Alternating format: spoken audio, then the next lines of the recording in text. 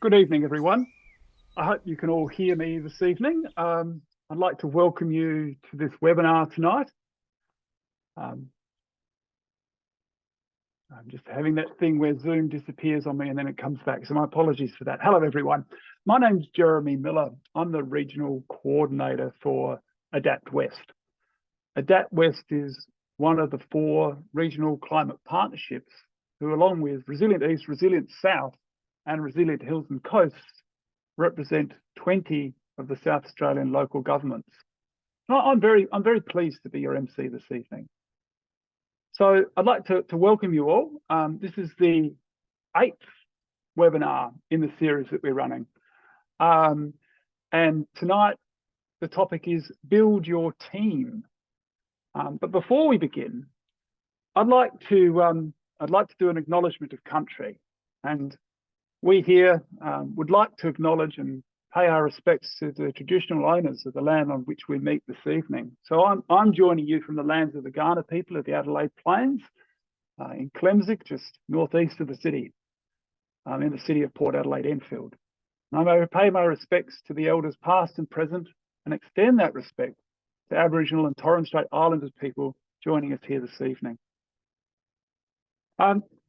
So tonight as I said, is part of a series of webinars in collaboration with Renew and the Regional Climate Partnerships.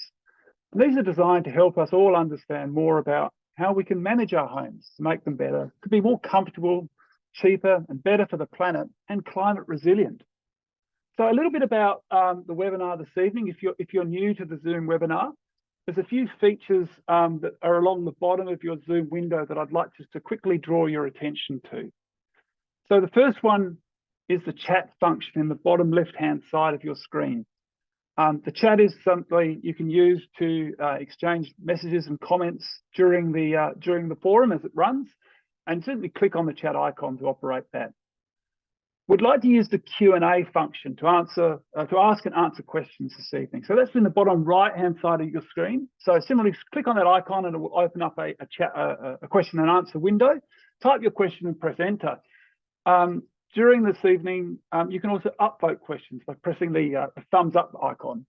Raise hand is in the middle of the bottom bar, and that's to indicate if you need assistance from our tech support who's in the background, if there's anything we need assistance with during the webinar. The webinar is indeed being recorded this evening, and that will be made available within about a couple of weeks on the council websites to review and share.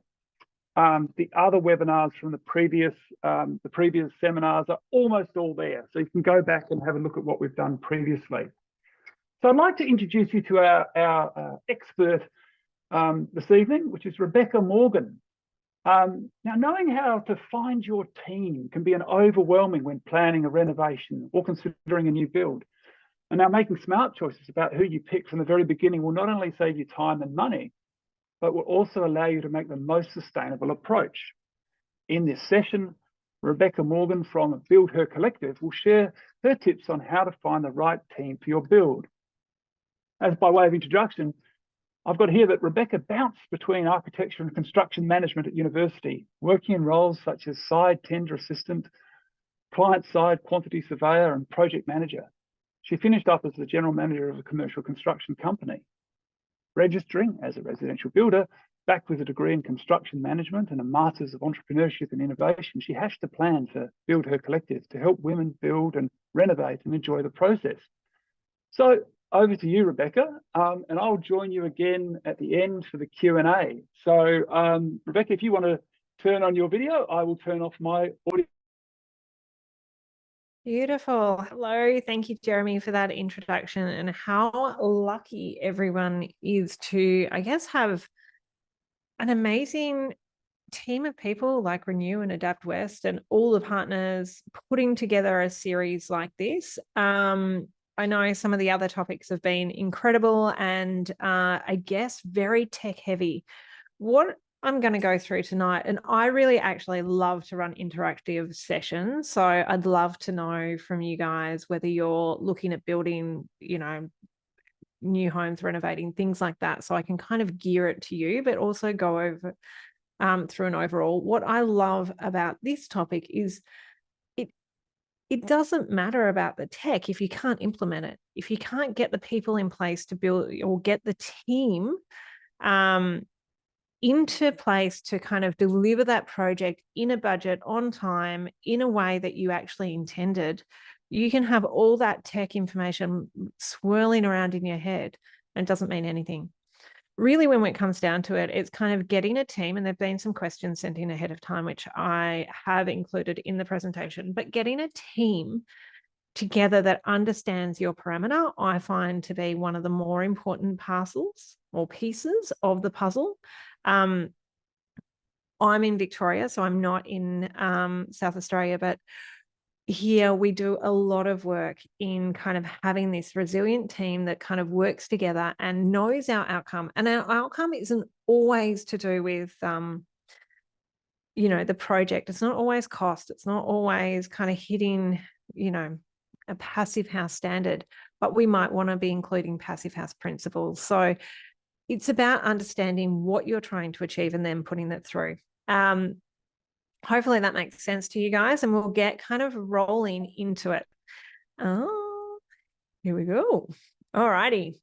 So building your team, I guess the main thing that I would like to cover off here is that you're not meant to know how to run projects. Running projects is a skill set, and often I find, especially now with people watching the blog, oh, I don't have my hang on a second, let me just share my screen here. There we go. It's going to help you. Running projects. So I started with that one. Running projects, I think the main thing that I'm talking about here is kind of making sure that you know that you are going to be the driver of that project. It's your role to steer the ship in the direction you want. And what that means that the accountability stops with you. So whilst we can get kind of stuck into a project where you're maybe renovating a house or building new, and you're kind of like, I want to build, and I hear this a lot. So by way of kind of introduction or kind of following on from what Jeremy said, I now at Build Her, we have a collective where we've got a community of, I don't know, like tens of thousands of people, or, you know, in there that are building and renovating their homes, and they're really trying to make the most of that space. And often I'll hear things from people like, oh, I want to use an all women team, and I want to do a passive house, which are great, or I want to be completely off grid, and I want to build for, you know, this amount. And I'm like, okay, well, these are great to have these goals and values in place. You need to build then your team around that overarching principle and that hierarchy of decision making, like what's the most important thing to you, which will then determine how that outcome is. So let's say I look at the person who said, all right, I would like to build, I'm going to build with all women. I said, great. How much more do you want to pay to do that? And she said, what do you mean it's going to cost more? I said, well, it's going to cost more. Because if you're saying I'm only going to hire a contractor or a builder or a subcontractor based on the fact that they're a woman, you're going to be paying more for that privilege. And she said, well, I don't want to pay more.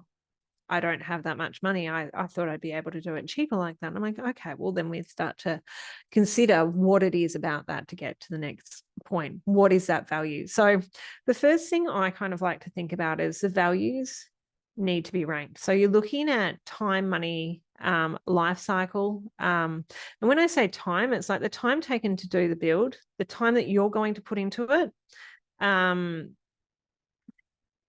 you want to run that. Maybe money would, you know, money's simple in some ways, but it's also access to finance. It's kind of, is it more important for you to build it as cheaply as possible and be able to still maintain your quality of life, or be able to go on holidays and get a house that performs at X level? Or is it more important that you spend more money and maybe the environmental impact is more important, or the off-gassing is more important, the performance and the way that house will feel when you're inside it? Is that more important? Or are you going to look at the life cycle implications of each decision that you make and think about it? And I've got an example later, but life cycle might be, I'm going to put gas heating in, or gas hot water heating in at the moment, but I know that that's going to be a cheaper solution to install right now. However, the running costs are going to be more than doing a heat pump, or the environmental impact will be greater. And we can go through an example of that. You hear this with solar panels all the time, right? So putting solar panels might cost, I'm not going to guess the cost, because they cost a whole heap of different prices depending on where you are and what you're trying to do and whether there's any grants available. What's the payback period for doing that? And is it worth it to you if you're doing a 10-year payback versus a current, versus what it costs now? And I guess these things are all decisions that come down to your values, and there's no right or wrong. There's really optimal outcomes, I guess, for everyone. And there's kind of a way of looking into it, which means that you can make a decision that will serve you in the future, but not be prohibitive right now. And a passive house might be a good example of this. Generally speaking, it's going to cost more to do a passive house build. And often what I'll find when I'm speaking to people is that they're actually not that interested in doing a passive house build. They want something that's going to perform really well. They want something that's going to, so passive house is a term that they're using, but it's overarching. What they really want is a high performance house, which is going to feel great and have a whole of that heap of that passive house principles inside it. And whether they're going to spend an extra, $100,000 to get the certification or get to that level and just not certify is up to them and their values. Does that make sense? Okay. So this is basically the blueprint of how the build works. Yeah. So I think the first thing that we like to do is understand the process. So if you can understand the process and you can understand how you kind of run your way through that, that build, often people kind of start with thinking that the build is just from this beginning. It's kind of like from the point of construction, but it's actually at the big picture. And when you've decided to build, you kind of need to go through that value proposition, and you need to think about, okay, well, who do I want on my team to deliver that, that project, and how do I want to deliver it? What are the things that I want to get out of this house? And it may be that you're trying to get more space because you guys are on top of each other. It might be that you're trying to get some light into the house. You might be trying to increase the performance because you've got a cold, drafty, or worse, a damp house. You might be trying to overcome these bigger issues that I've decided to build. You really need to look at the bigger picture there and why. And often even at that point, what I'll do, and I recommend people do, is really start to consider, okay, so you've decided to build. What would you be able to purchase versus what would you be able to build?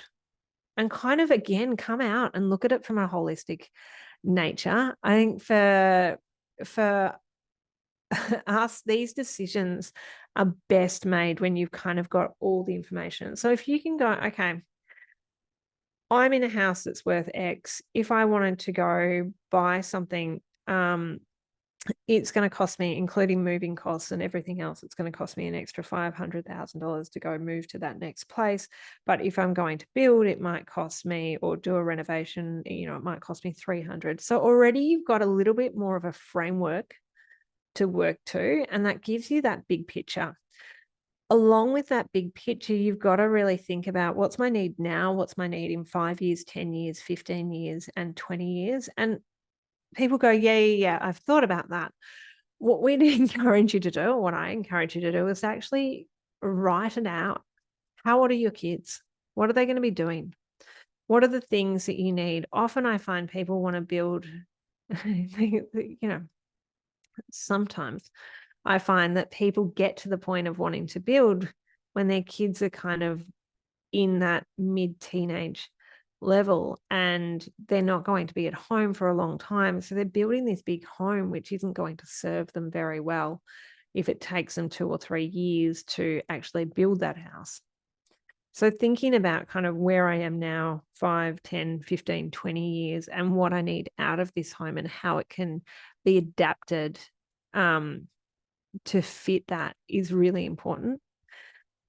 I think, some of the bigger some of the bigger outlays that I've seen is people putting themselves under financial pressure to do what they assume is the right thing. So they assume that they should put a second floor on and have 4 bedrooms and 2 bathrooms and 2 living rooms and this kind of, this larger home, this big family home. But if they're intending to stay there and they're not intending to ever move, and they're, say, a couple that don't have children or maybe have someone coming to visit them once in a while, then maybe they don't need to build that second floor above. That's over complicating what they need to do, but there's a massive resource drain on that from a financial point of view, from an environmental point of view, and from kind of a lifestyle, like the running costs of that home is now greatly increased as well. And it doesn't need to be, because actually there's no benefit for them for doing that. Okay, I need to look at funds. And then we kind of get to the point of going, okay, well, how do I want to design and deliver this home? Project pathway, I think, is really complicated for people. I think, so often we get into that position where we say, okay, well, I want to deliver a project like this because, so here are the options really when we're looking at it. I think we'll go right. When we're looking at a project delivery, we're really looking at owner builder. So you're kind of doing the work yourself, you're on site, you're happier to often take longer. You also need to think about the fact that you're taking on the liability that a builder would take on when you're doing the work yourself. You might be not able to access finance when you do the work yourself because you don't have a contract in place. So there's parameters around that. Design and build would be where I go to a company, like a building company that's a design and building company. So they might have an in-house architect, but they'll be able to do a bespoke product for you, or they'll have a designer that they can encompass within their contract and be able to do that for you. You can also assemble your own team. So that would be like hiring a draftsperson or a designer or an interior designer or an architect, or any one of the different ways that you can get that build happening. Or you could go and kind of, that process is I design a product, then I go out to tender with a builder in a way, whether I own or build it myself or I go to a builder. A volume builder might be someone where you take, they build volume houses and you can buy them off the plan. You go, yep, I want that house, and there's limited changes that you can make to it. Although they are getting better at letting you do changes, you pay more for those changes because they've systemized that product in effect, to be able to deliver at generally a lower price. But they might not be adaptable to being able to build on a slope, get the orientation of the home towards what you're looking for. They often won't be able to increase the sustainability or the performance of the home because they've got more rigid set in there. Or you're kind of looking at refurbishment or new, versus new build. Which one are you doing and how are you going to work through that? Okay, so when we're looking at this, we really can only move forward once we understand how we're going to deliver the project. Does that make sense? And that kind of understanding of who you're using will then allow you to be able to engage with people to be able to understand how to get that better outcome. So if I'm talking about trying to build in sustainability and I'm doing owner builder, that's fine. I'm picking every product. So I just need to make sure that I'm well versed in what I'm doing and how I'm going to be able to build this house to get the best performance of this home in accordance with my values. My values might say that it's worth it to me to put as much insulation in as possible, to orient it in the right way, to get some massing, but it's not worth it for me to do solar panels. This is an example. It's not actually my example. but it's not worth it for me to put solar panels in, but I have provision to do that at a later date. So that would be like an owner builder. I can make that decision, and ultimately it's going to come down to me knowing and seeking advice from different people and watching these webinars that people put on to inform myself about how to do it. When I'm looking design and build, the selection of that company becomes really important. So if I go to someone and I say, okay, this said builder, I'm going to go to you, I would like to get a house. They're going to go, yep, I can design and build that for you. When you sign a contract with them, you don't actually have an outcome or a deliverable in place. So you're, I guess, needing to judge how they will deliver based on their current performance, based on how they communicate with you, what they're telling you is important, based on the values that you see them. So that's kind of a different kettle of fish. It's harder to do that, but you're going to start to need to do that. When you're assembling your own team, it's a little bit easier in the fact that you're picking each piece of that puzzle. And when you're picking that piece, you can go to an architect who has a track record of being able to deliver high-performing homes, sustainable homes, who has a care factor for the material selection and what they're putting through. And you can actually interview them through that process to be able to get that outcome all the way through. And then the same with the builder. So you can speak to a builder and you can interview builders. Now, the thing might be when you put it out to tender in that solution, you're going to get, say you get 3 people to tender and you, by force of luck, get 3 prices back. Woolly dooly. If you get 3 prices back at that point in time, and the one that's more sustainable is $50,000 more than one that you don't actually know how they build or whether they actually care, or maybe they've told you they don't care. There's plenty of builders out there that are still in that more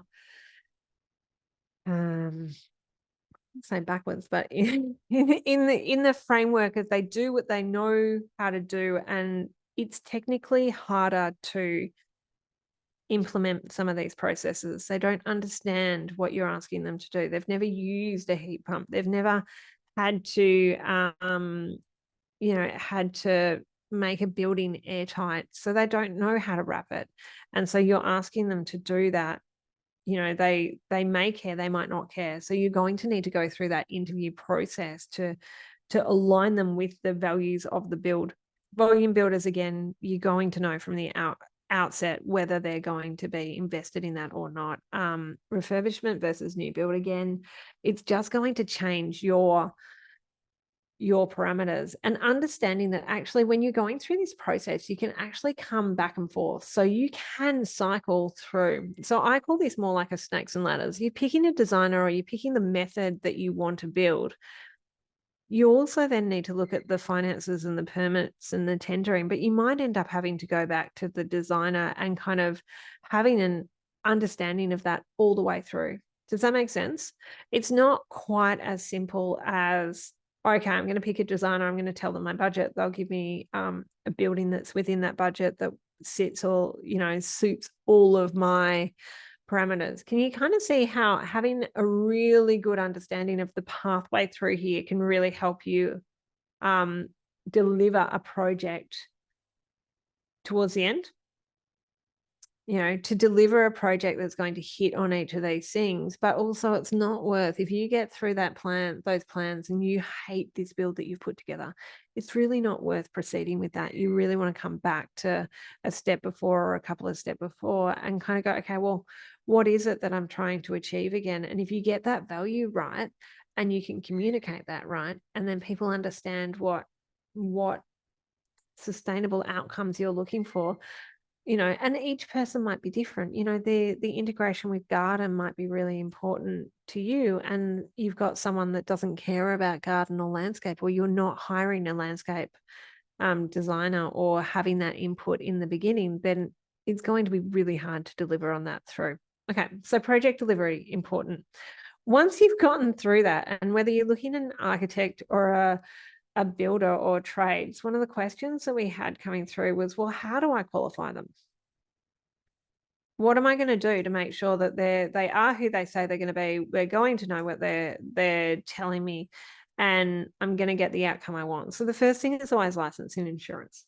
It's pretty straightforward, but you'd be surprised how many people don't check. Have they got an ABN? Can you look them up? What's working there? Experience and expertise then becomes the next one. So what builds are they doing at the time? Let's look at a builder for an example. What builds are they doing at the time? How can I go past 3 of the builds that they've got on, or a build that they've got on? Have they got things everywhere? Do I see waste? Have they got good signage up? Are people being respectful on site? Can I see them finishing things to a level that I like? Have they got a history in delivering the projects that I want to deliver, or are they open to it?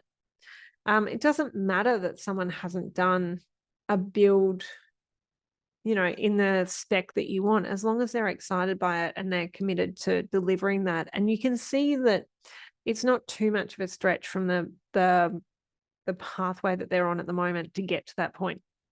References are a must, but just understand that if a builder is giving you a reference or a trade is giving you a reference, who are they going to give you a reference from?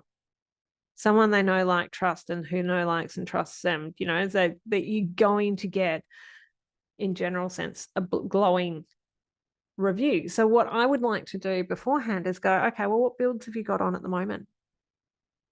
What are you actually working on right now? What can we go have a look at? And then I'd like to speak to the owner of that build and see what their experience is, and kind of get the information before you then go ask for references, because you really want to target the references to the people you have spoken to recently. All right, communication skills. Seems really simple, but are they going to be able to communicate with you well? And when we're talking about builders, there is a range of people, and there is a sliding scale of communication styles. And the way they can deliver. I mean, I was speaking earlier, I was speaking to Jeremy, and, he said that the volume builders are basically marketing companies, and they are. They're marketing companies. So they are going to be able to communicate really well up to the point where they're delivering on site. And then you want to see what that communication structure looks like from beyond there, because effectively that sales cog and machine is really well honed, that they can get volumes of people purchasing their product. Whereas most builders will be able to do, like a small amount, and it's referral. Yeah. Okay.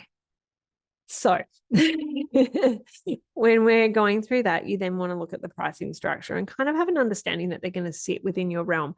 That pricing structure will be tied into those things above. If you have someone who is working on working on the site at all times, and it's one-man band, you might expect their pricing structure to be more cost effective than someone who has a team of people and overheads beforehand. So what that means is you need to get comfortable with the level of communication that you're going to get from the person that you're hiring to do the project and how invested they are in it, and understand that sliding scale, you're going to sit somewhere on that continuum, and maybe it's worth paying a bit more to trust them.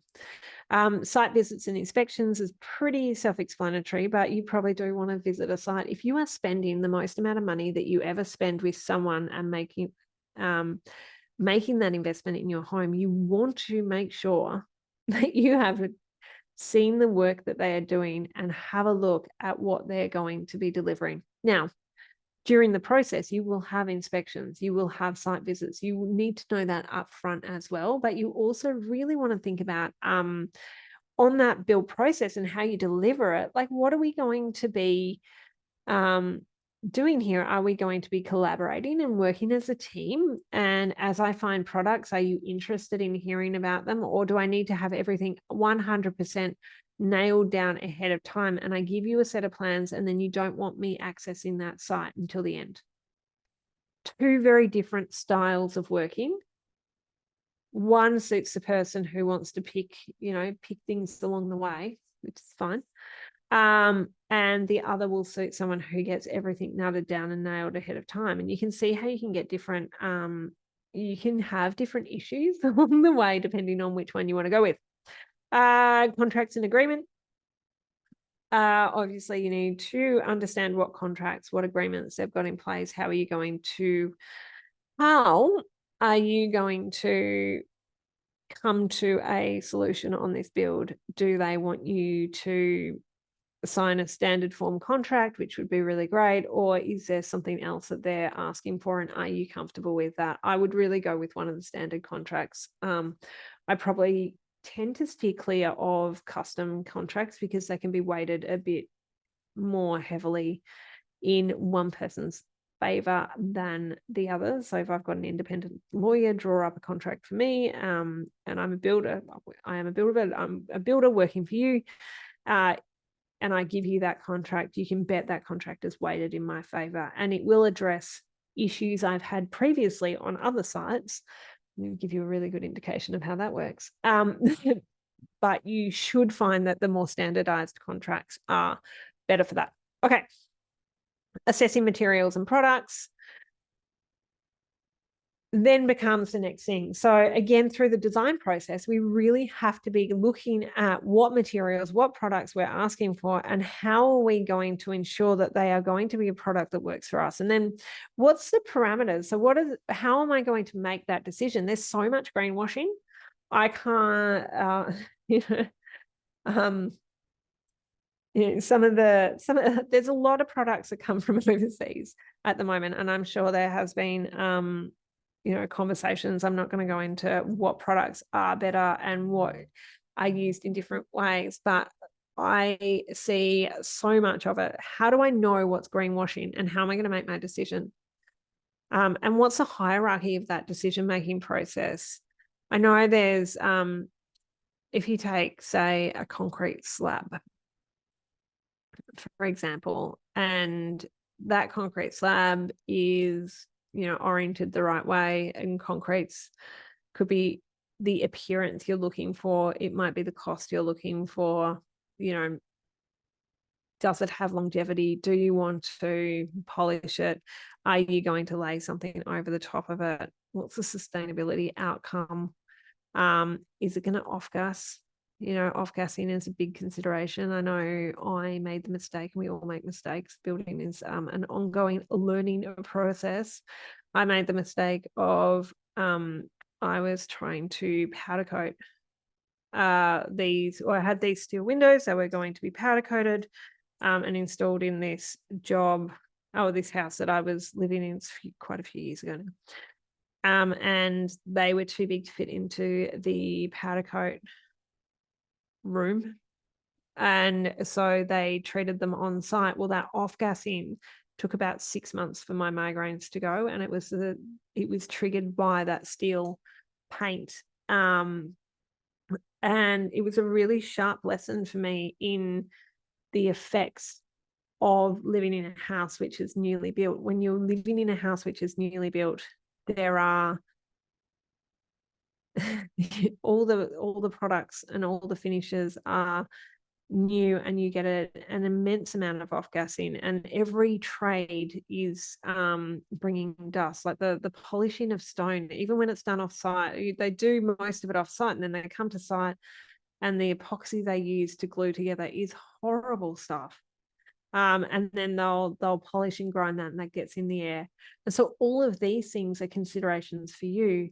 Now, if you have particular sensitivities to this, you might be, someone who looks into it. But if you don't, and you're like kind of just building a house, and you have seen a pretty picture in a magazine, and you're like, great, this is what I want, and you don't know to kind of ask these questions, then how are you going to get through that process? So we would tend to think, okay, well, here's a series of things that you need to be thinking about. And to go from appearance to cost to longevity are kind of the standard ones people think about, but then kind of furthering that, looking at, say, sustainability, off-gassing, and life cycle is really important. And I think we're seeing people now more than ever, and probably more in this room than other rooms, looking at what are these long-term effects and costs? You know, can I use a recycled brick versus a new brick, or is there something from site that I can reuse versus using a new product, or a composite material which is made from a waste product? There is massive innovation happening in this area, but what that also means is that your team needs to be open to being able to adapt. Make sense? Feel free to ask any questions or kind of play along as I'm going through this. I think it always makes sense when someone says it out loud, but then you often find that people get to kind of the end process of a build and they go, oh, I didn't think about that. Well, no, you didn't think about that because nothing triggered you to think about that. And so it's always those thinking about things ahead of time that make the difference in the delivery. And you've got people on kind of the extreme. So the people on the extreme that are building the completely off-grid straw bale house out of, you know, completely reclaimed materials by themselves over time, you know, for a very low budget. You've got these very extreme versus someone who is working a job and doing a lot of other things as well, that needs to get their head really quickly around, how do I quickly assess this and make a decision that's going to look great, perform well, be sustainable, be highly livable, and not have any detrimental health effects, right? Okay. Beautiful. So team alignment. So this is basically when we go through our team.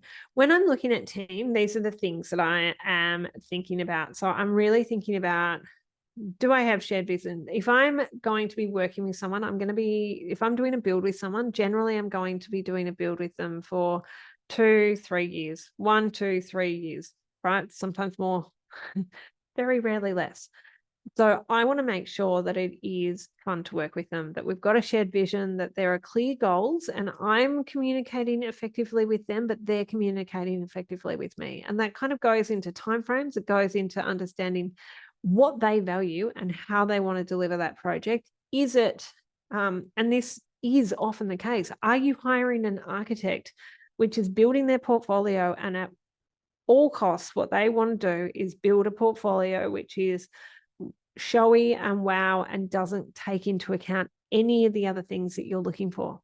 Well, if that is actually the case, then I would probably be looking more to, you know, whether that's going to be a good alignment, because are they working for themselves, building that portfolio, or are they working for you as a client, and kind of considering that all the way through.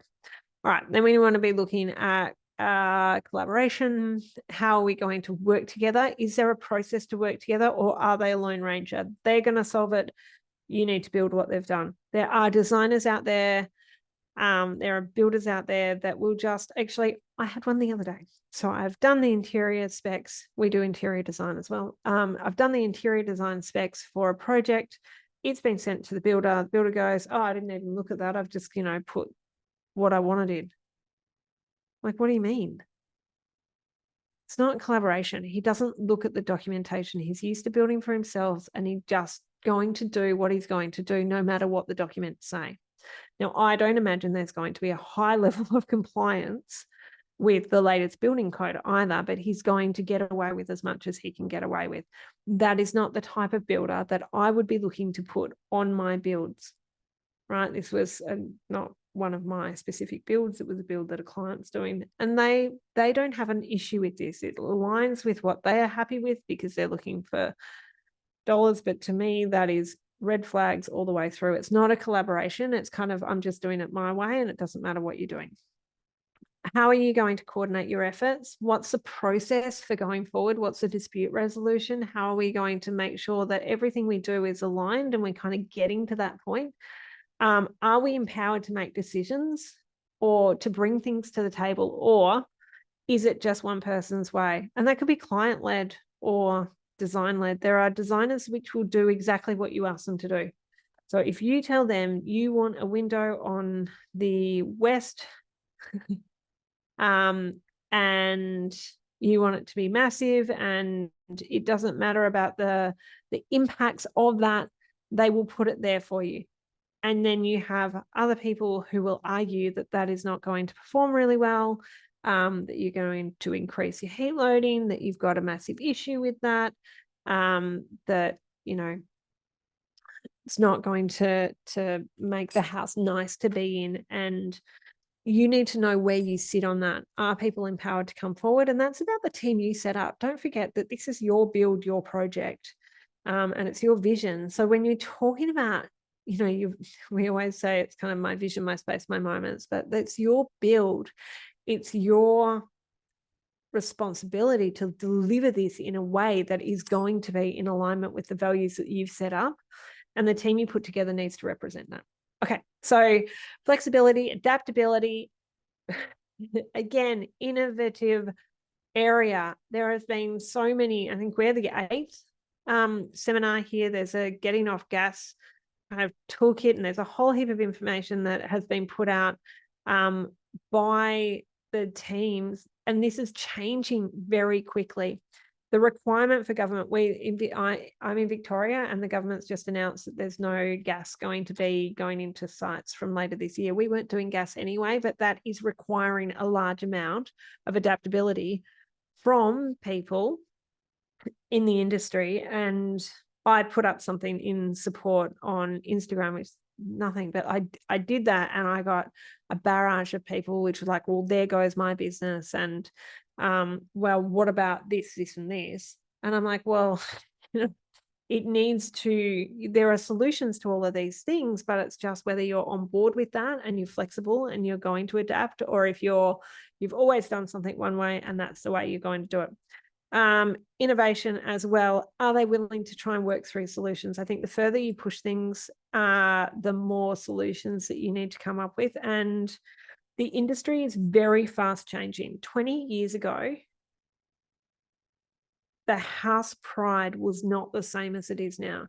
20 years ago, we did not have access to as much social media as we do now, and we're not seeing as much. But what that's also led to is a huge amount of turnover, where kitchens seem to be dated within 10 years, where people are wanting to replace things that aren't worn, where we're having this kind of, in the same way as we've got fast fashion in clothing, we're having fast fashion in building and interiors and the way these projects are delivered. Whereas previously, you know, we can be in a 70s house that stood the test of time, a 50s house and 80s house, and you've got, you know, products which have lasted, you know, 50 years, whereas now we're finding there are products that are not even lasting 5 years before they need to be replaced. And that, again, is about the production, the way it's kind of come together, the way it's been built, and also the person who's coordinated that build and how it's been worn. I guess what the practicality of it is in its application. Okay. Accountability is the other thing. How are you going to hold people accountable? It's very easy for a builder to say, oh yeah, I'm really sustainable. How are you going to monitor that?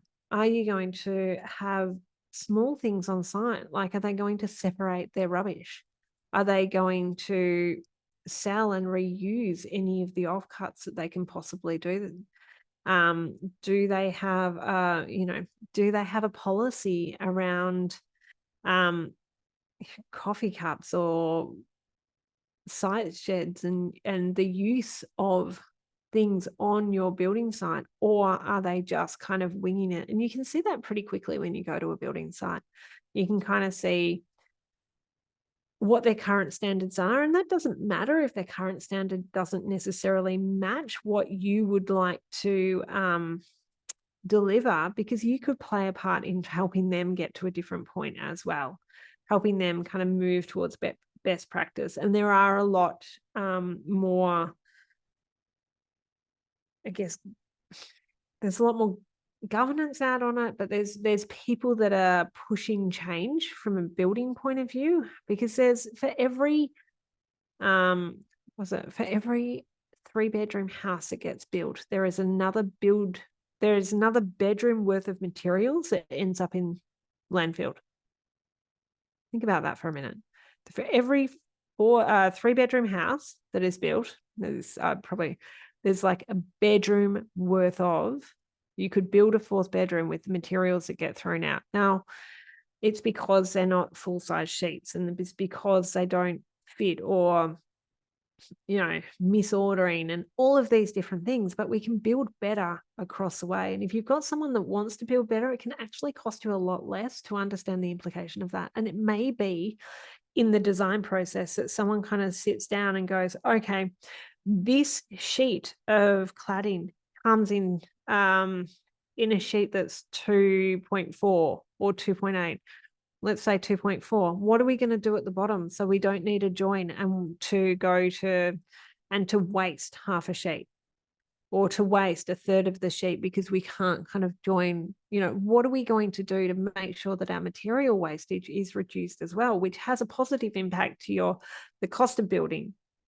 And if you get the right builders and builders that are interested in this, and architects that are interested in this, then that can have a really positive impact on the delivery of your project and on the cost of it. All right, so you've also got continuous learning. Are they interested in learning? Now, I thought I would give you a quick little kind of case study in a minute about a project we had, and just a kind of life cycle materials, like a life cycle costing on one of the decisions that was made on the way through. But before we do that, I really want to kind of address the main thing to know about how much things cost, because cost is a massive driver for how much or how little we can do on a site, because ultimately we need to be able to afford to make the change. But working out your real costs is super important. So you do that by understanding the material cost and the labor cost. And so by balancing the two of those things, you've basically got the cost of anything. So if you've got a material which is really easy to install, or a job that's really easy to do, your labor cost will be driven down. If you are using an expensive material, the material cost is up. But if you've got a complicated process plus a really expensive material, that's going to be a really expensive detail. So what I like to do is kind of look at the detailing on things that I'm doing and try and make things as simple as possible to get the outcome. And so to bring that labor down and use materials that stand the test of time, or materials that are better quality, or have greater longevity, or maybe have a payoff in their life cycle costing, by being able to bring that labor cost down. Yep. So the value into the project now is kind of one thing, and then you need to kind of assess how this is going to wear long term. And so what that might be is, like, if you use a super cheap or cost-effective material, but it's only going to last 5 years, in 5 years you're going to need to replace that and pay for the labor and the material again.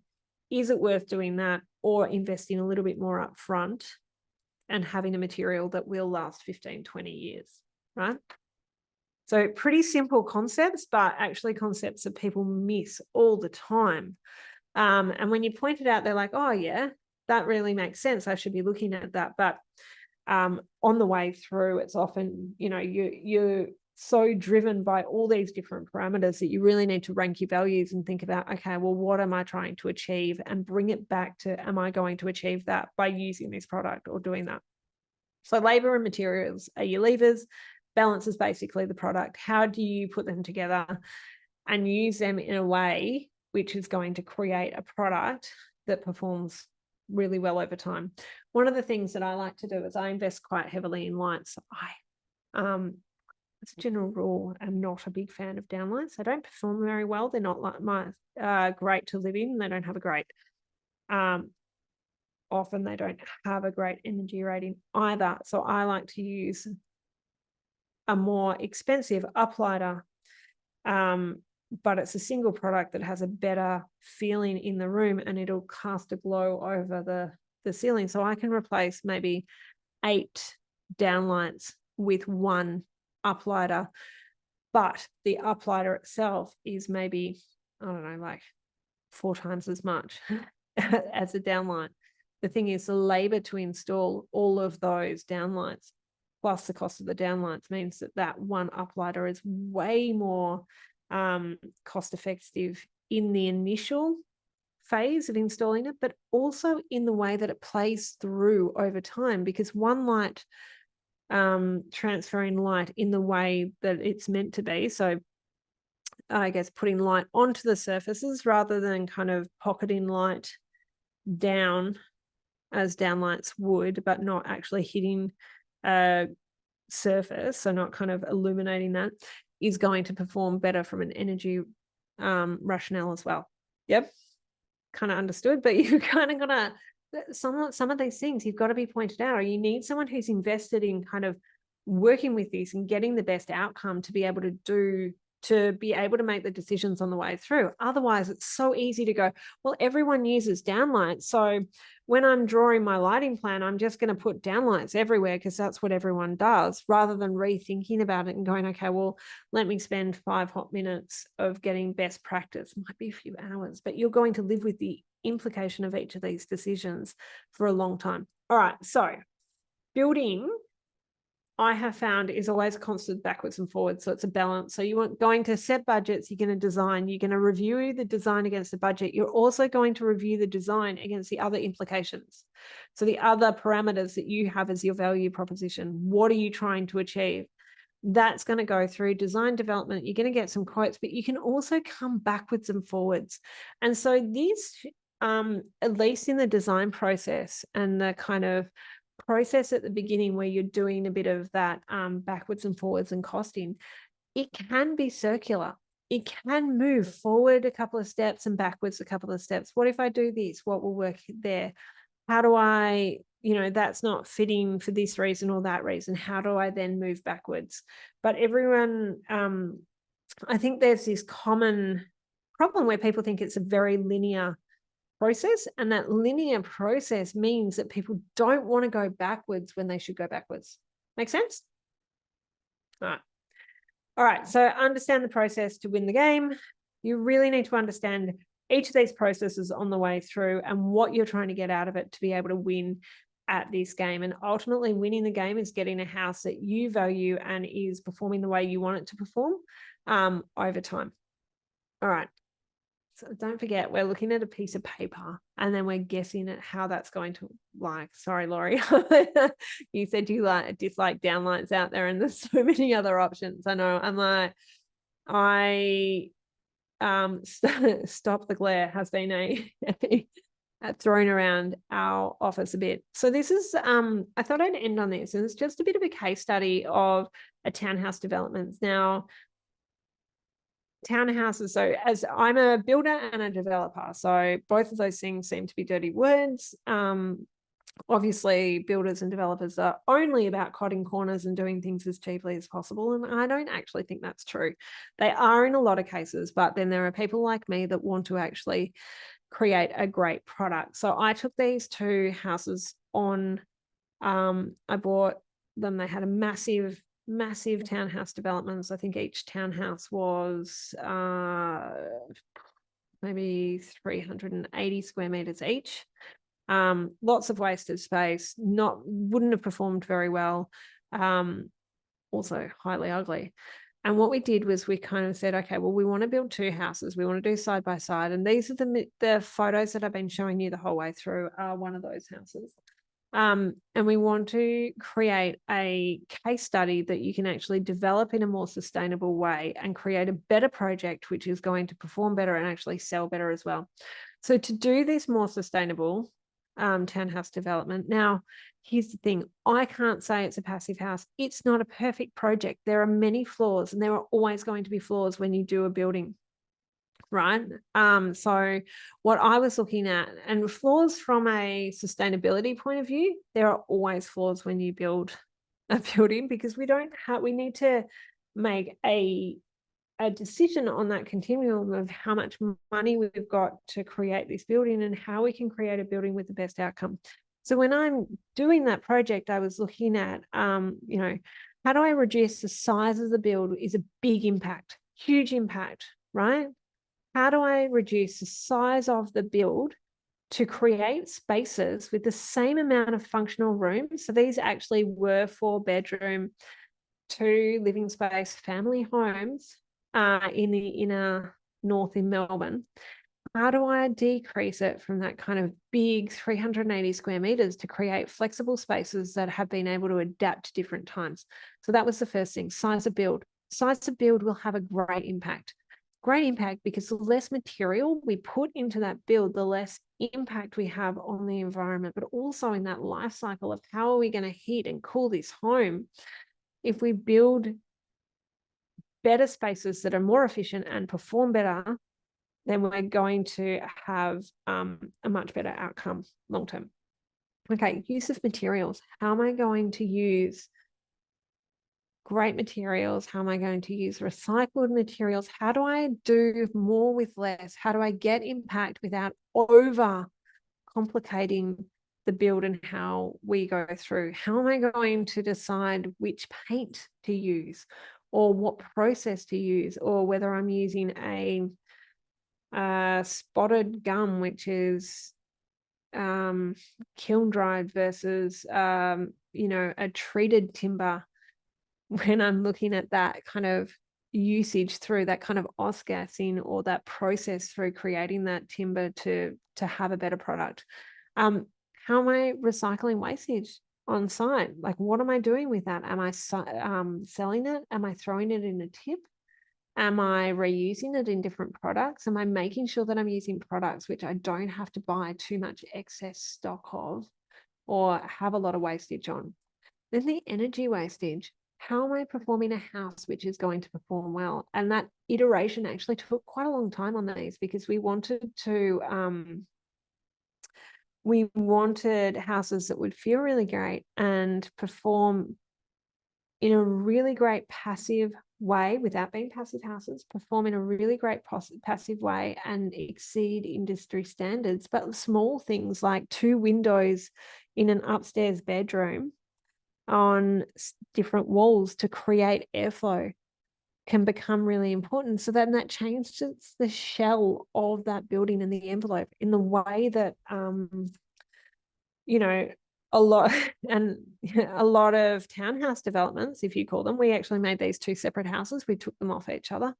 But in a lot of ways, you have those kind of strips of highlight windows down the outside, which are just looking kind of, and they're ugly from the inside and out. It's not really creating an amazing experience inside. But if we can bring the building in and out, and we can think about our view lines, and we've got windows that we can open and be able to get that flow of air and kind of some cooling through there as well. So there were a lot of different ways we did this, but we primarily did it by assembling a team that cared. So the architect in this case, and I know I'm not allowed to and I don't recommend specific people, because actually it's all about relationship, but the architect that we used for this project was amazing, because he was really interested in how to create these great performing houses, how to get how to include as much as possible, but then not dogged on the fact that we couldn't make value decisions along the way that we needed to make.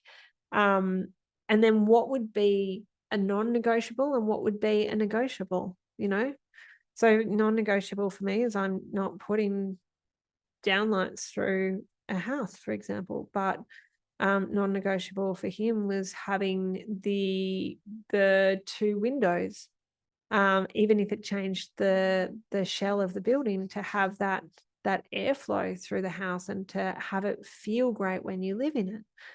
So these things were we were able to play and collaborate on the way through.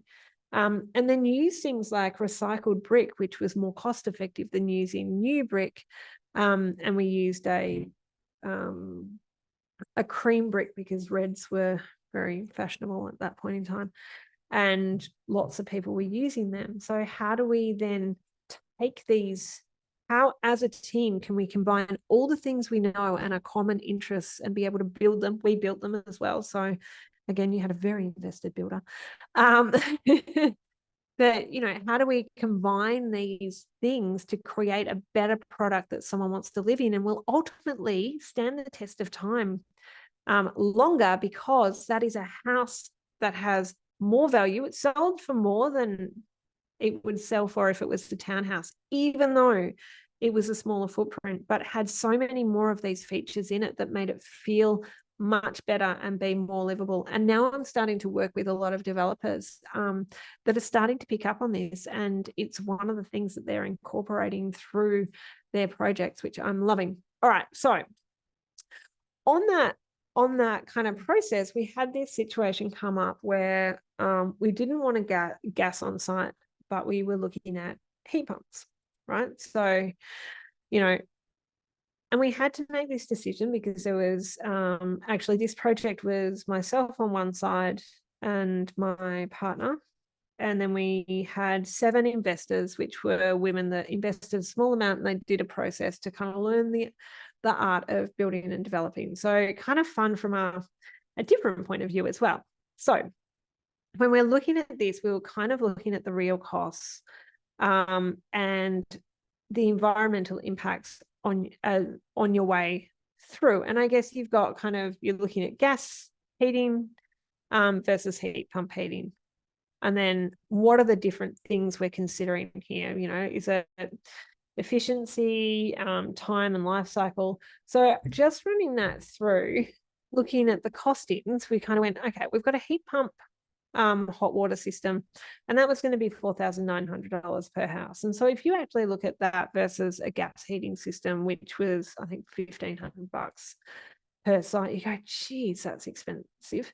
However, you can get kind of the electric element boiler, so like but it didn't quite hit the sustainability point that we were trying to hit there, because it's almost like a big kettle. So we were looking at the heat pump here, and that was $4,900 per house. And then we were looking at gas. And so on paper value and face value, you're looking at the gas heating system, including install, at $1,500. You go, geez, that's a lot of difference, right? Like I'm talking about what about 3,400. However, there was also a gas connection, because we decided not to connect gas to these sites. If we wanted to go down the path of going for an instantaneous gas system, we would possibly be looking at, we would be looking at a gas connection and install of $3,000 as well. So that kind of evened up the spread there. But then we kind of wanted to look at, and again, I've just pulled these rates just because I wanted to use rates that you could look up as well and be able to see. But everyone, there are lots of different resources, and I know Laurie's put a whole heap of resources in there as well. But you've got if I look at the running cost per year, this was a per year for 4 families. Actually, I just don't see how it would be that cheap. But the on the gas at the moment, with the cost of gas, but per year, the heat pump was going to cost me $290, and then the greenhouse emissions over a 10-year period was 4.2 tons. Then when we look at the gas, we're going, okay, well, the annual cost is going to be $575, which is a lot more, right? And then obviously the greenhouse gas emissions is more than double. When we flow that through, we're then looking upfront and then per year. So the payback of that investment is 1.4 years. And it was a pretty easy consideration to make, even though it cost us more upfront. Now, as a developer, you're normally looking at what is it going to cost now? And what is it going to cost now? But I think the market's starting to change, and they're valuing people the considerations of heat pumps and ongoing costs. And I think when we're doing our homes, we need to kind of be able to delve into this depth and look beyond that first, $4,900 versus $1,500, and look at the true implication and the true cost. Make sense?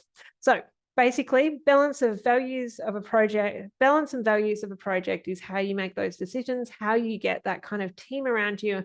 And if you invest in the research and relationships, it'll pay you back in buckets. This was the 2 houses we built, and this is a spotted gum that was heat treated. Okay. All right, and there's just some useful resources that Renew has put together here that are available, and the Getting Off Gas Toolkit, which is amazing. And also there's some links to recordings for some of the 8 series from earlier, and also future events in here. So any questions, more than happy to answer. I think this is the Getting Off Gas Toolkit, and I think there's a lot of people on board for that now, which is really great. But that's a really fast turnaround, to be honest, and I wonder what other things we will have turnarounds on in kind of equal times.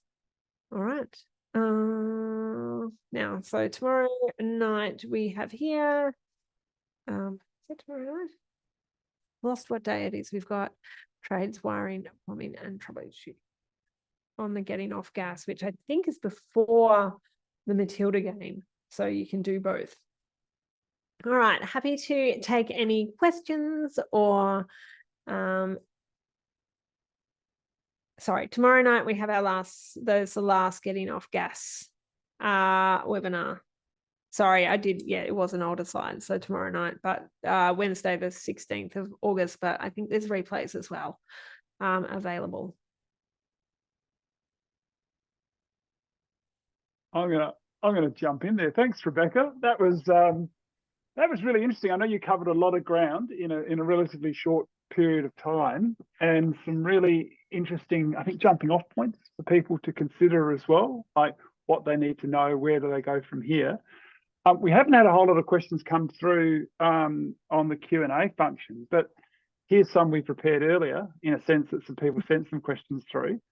A lot of them revolved around, well, I think you've covered those questions already in your presentation, but one specifically, which I found quite interesting, and I think you've touched on this, but maybe you'd like to expand on it a little bit. What are some of the warning signs that you would see if someone you think is greenwashing you? What are some of the red flags, or maybe not necessarily green flags or something, but if there's greenwashing out there, what would you generally do to kind of cut through some of that and get to the heart or the nub of the matter? I mean, I think I think the thing about the environmental space is it's very buzzwordy, and you've got people that actually care and know a lot about it, and you've got people that they sit more on the peripheral, and they might not be able to. So I'm not an expert in all things sustainability. When we go to some of those technical things, I am learning and lapping it up like other people, right? I have a knowledge, and it is constantly increasing. So if I sit here and pretend to be an expert in, EVs and batteries, yeah, and I start to try and, talk to you about it, and you'll see very quickly the level of knowledge, but that's about having a good level of knowledge yourself. And, you've still got people that are going to push back on that and say, oh, well, you've got, arguments from both. You'll have a lot of those arguments. And so I guess from my point of view, I kind of want to see that there's an alignment, and they're not kind of pushing back and saying, oh, that's a load of rubbish, or trying to, I want to say mansplain, but trying to explain something that they're not quite grasping themselves. And that, to me, it's okay not to know everything. It's okay for a builder not to be an expert in everything you put forward. They don't have to know it. What they have to do is have an interest in it, and I guess come forward to you and say, okay, well, I want to learn about that too. That's really interesting. How do we put that in the site? Oh, you want to use recycled bricks? That's fine. We've got somewhere we can go get them, but I don't know a lot about, things to watch out for. Or heat pumps, you know, maybe they haven't installed a heat pump before. Great. Doesn't matter. Yeah. If you can get someone else to learn a process, then consider that your good deed as well. So you don't have to have someone know everything, but you need them to want to learn about it and want to kind of take that up. And I think with some builders, there's a very big pushback. No, we always use gas. Gas is better, you know? You know, like it's just like you wouldn't not use gas. Like you'd always use gas. You just actually, you can't do a polished concrete slab. You can't heat a polished concrete slab if you don't use gas. Well, you know that you can. It's getting them onto that journey and saying, okay, yeah, but it's really important to me and it's important to my project. How are we going to do that? And so I guess that's probably the first place I would start. Greenwashing, I think, is just, you know, I think those markers can be pretty clear when you're talking to companies. It's like they've got a big certification, but when you look at it, there's not, you know, or they're telling you a lot about it, but there's not a reputable certification, or they're not that interested in it. There are, however, a lot of companies that are investing quite heavily in this. And I know from focus groups that there's a lot of, I guess, investment being made by bigger brands because they're seeing that consumer interest is in that space as well. So that's great. I think that's great. Are there useful websites, places people can go to seek out builders or tradespeople? Yeah. So apps like HighPages and Airtasker. So you want to understand that the people on HighPages and Airtasker are using it as marketing, and often, so just a question that Laurie sent in. You want to understand that people are reputable. So if I want a tiler tomorrow and I call a tiler and he can come tomorrow, big red flag. I should not be able to call someone and have them come tomorrow to do the job I want them to do tomorrow, unless they've got a really good excuse. Yeah. So I probably tend to stay away from things like that. Airtasker is great for getting someone to pick something up, but I don't think it's great for trades. HighPages, again, is great for someone. Maybe it's the last resort if you're really desperate, but I think what you want to do is go from referrals. What I have found really helpful is I don't know if you guys have them in there's always ones in the local community, your mums of groups. And I've just changed suburb, and the new suburb I'm in has another mums of blah group. And it's basically a whole heap of people that are on there, a community in that area. So the reason why you want to be looking for a community is because you want them to be local and practicing in that local area. And then people will give you referrals. And people love giving referrals. So if they've got an electrician they've used, which they love, they're going to want to sing their praises. If they've got a plumber or a builder. And the other thing I'll do is I'll ring up builders. You know, I had a situation where one of the bricklayers happens to us too, right? One of the bricklayers, we had them booked in for, you know, ahead of time. They built, you know, part of the wall, and then it came to them doing the rest of the project. And they're like, oh yeah, I'm too busy. Can't do your project. And I'm like, well, hang on, I've had you booked in and you're telling me the day before that you can't do this project. So in that situation, I jumped on the phone and I rang all the builders that I knew in the area, and I asked them, I basically begged. I'm not above begging sometimes. You know, who have you got as a great bricklayer? Have you got someone you can use? And I think it's that referral and that word of mouth. Now, you might not know builders, but I tell you what, if you have a electrician on site, you can be sure that electrician has a mate who's a plumber, and that they run in teams. Yeah. So I would always go for that type of thing. I found that the comment you made before about the fashion of replacement, I found really interesting, because I think this is, you know, something we see certainly in sustainability terms, and the amount of waste that can be generated from building sites, you know, in the construction and demolition phase, but also in the refurbishment phase. One of the things I think I've found recently, just personally looking into this, is that I find products that are designed to fail. You know, we know about that built-in obsolescence, but they are cost engineered to the point that they will last for 2 to 5 years, and then they will fail. And so I've recently been looking, personal story, I've been looking to replace the kitchen tap. The kitchen tap that we've got is leaking. It doesn't work properly. It's cracked. It probably wasn't a very good tap to begin with. I think it came from that large big box store from Sweden that starts with the capital letter I. But looking at what to replace it with, and looking at everything from a $90 tap to an $800 tap, how do you tell the difference in the quality there? Yeah, I mean, tapware is one of those ones where the majority of, it's not all, the majority of the suppliers are getting their products from China. They're importing them. Yeah. That does not mean that they are cheap products, actually. Some of the workmanship coming out of there is actually amazing as well. You then have kind of a big jump between that kind of, I guess, that $100 range. And then you kind of jump yourself up to the $400, $500 range, and you're getting something locally made.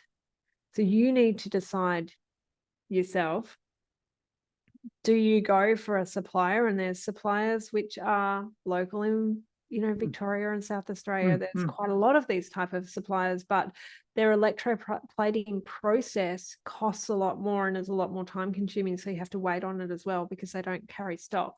Is it important for you to reduce that kind of miles that has traveled? Are you willing to invest in that, or do you want to use the other product? They should have a 10-year warranty, but see, 10 years goes pretty quick.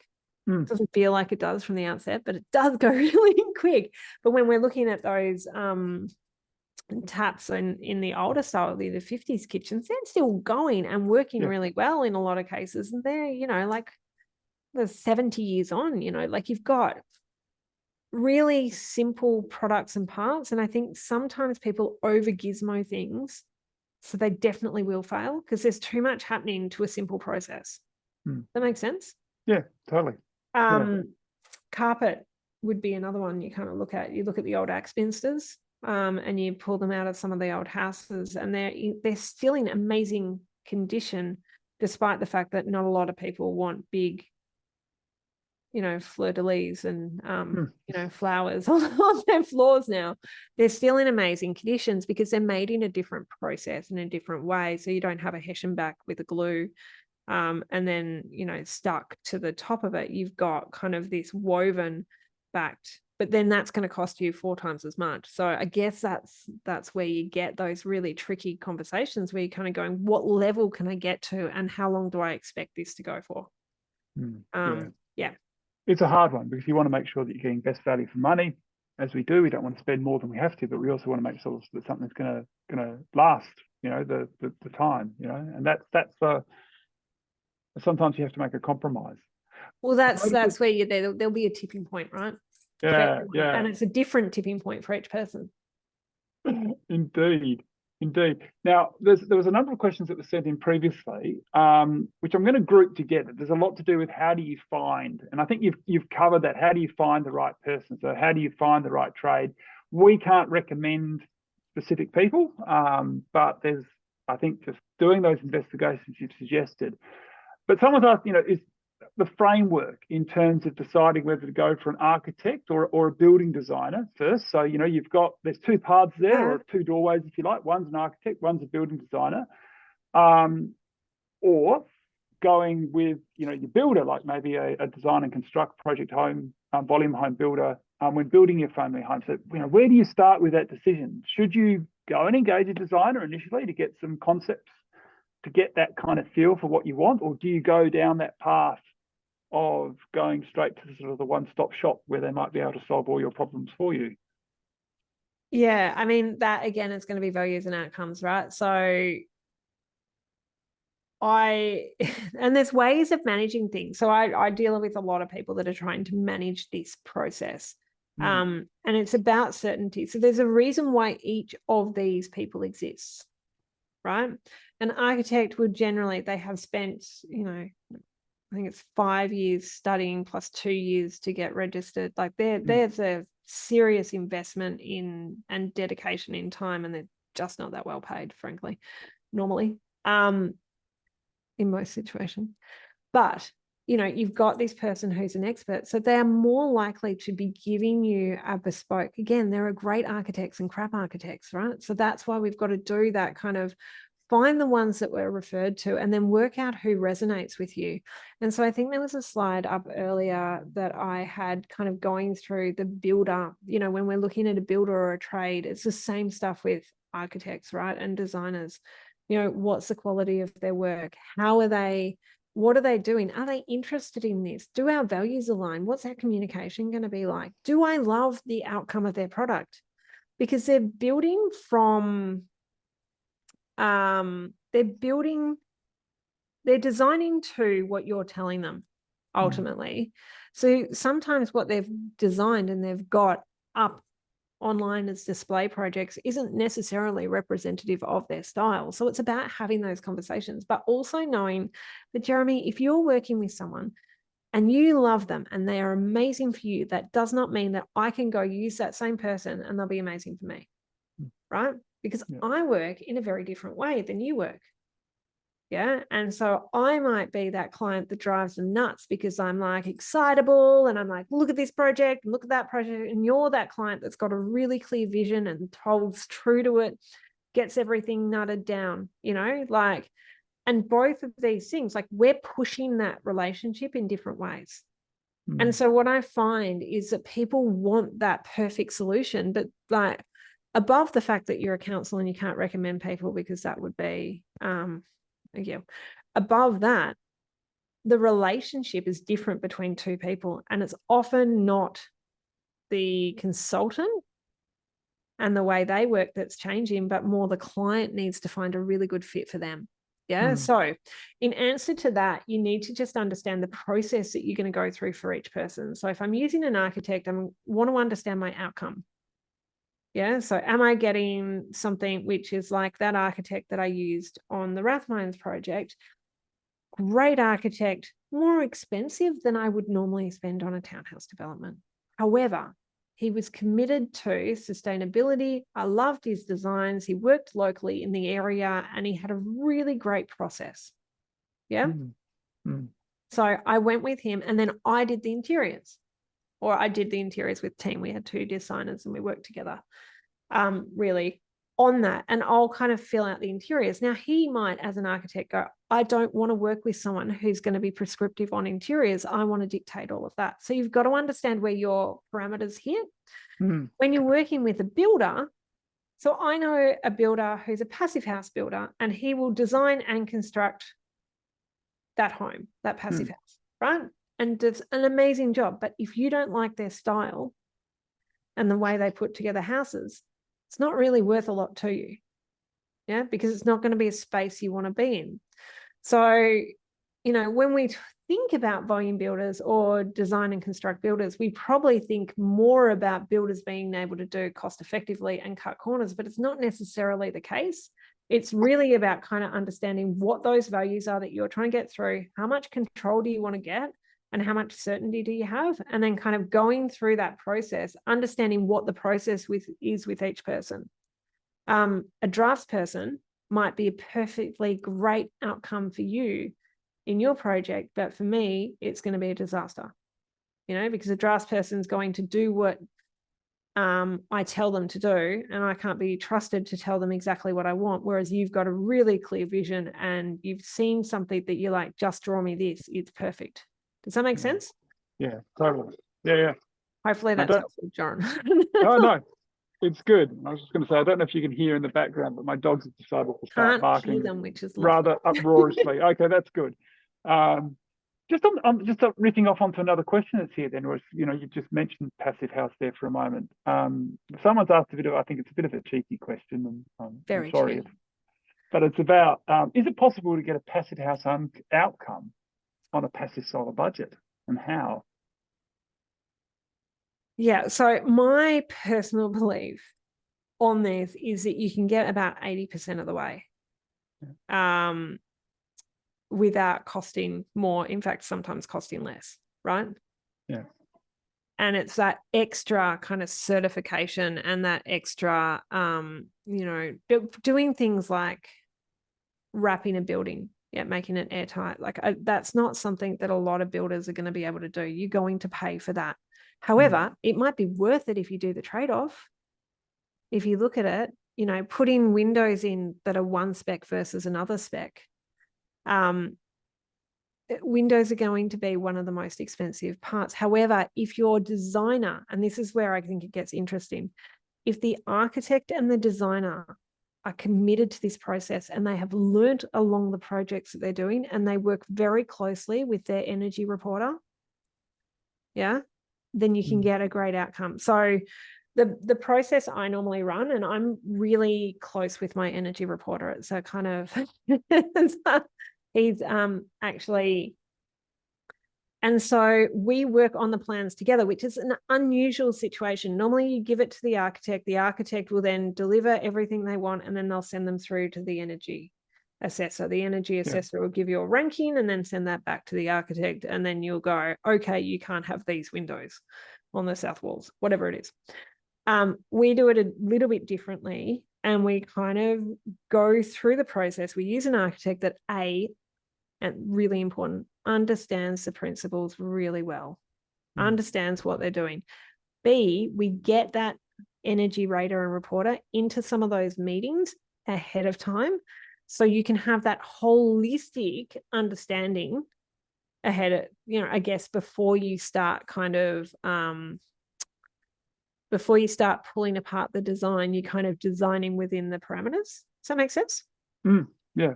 It's just a bit of a different way to do it, but I think, and you'll spend more on the energy reporter, but you'll get a much better outcome. And when you say spending more, you might be spending like $1,200 instead of $800, like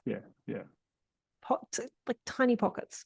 But it allows that energy assessor to be more iterative and engaged with the actual design process rather than just being handed some construction drawings at the end or some drawings at the end of the process. Yeah, and tell me what insulation. Often be the bearer of the bad news or the wet blanket on the spark of enthusiasm. And I think it's much better, having worked in energy assessment, full caveats, you know, it's much better to be involved in the actual design process rather than at the end of the process, because sometimes things don't necessarily go according to plan. I'm very conscious that we're skirting near the end of our time together this evening. I was just wondering if you might have any sort of closing comments, Rebeka, just to sort of draw those threads together and give some, you know, just that gem to go away with. I guess it all comes down to the knowledge that you have and the outcome that you want to have when you're coming down to building.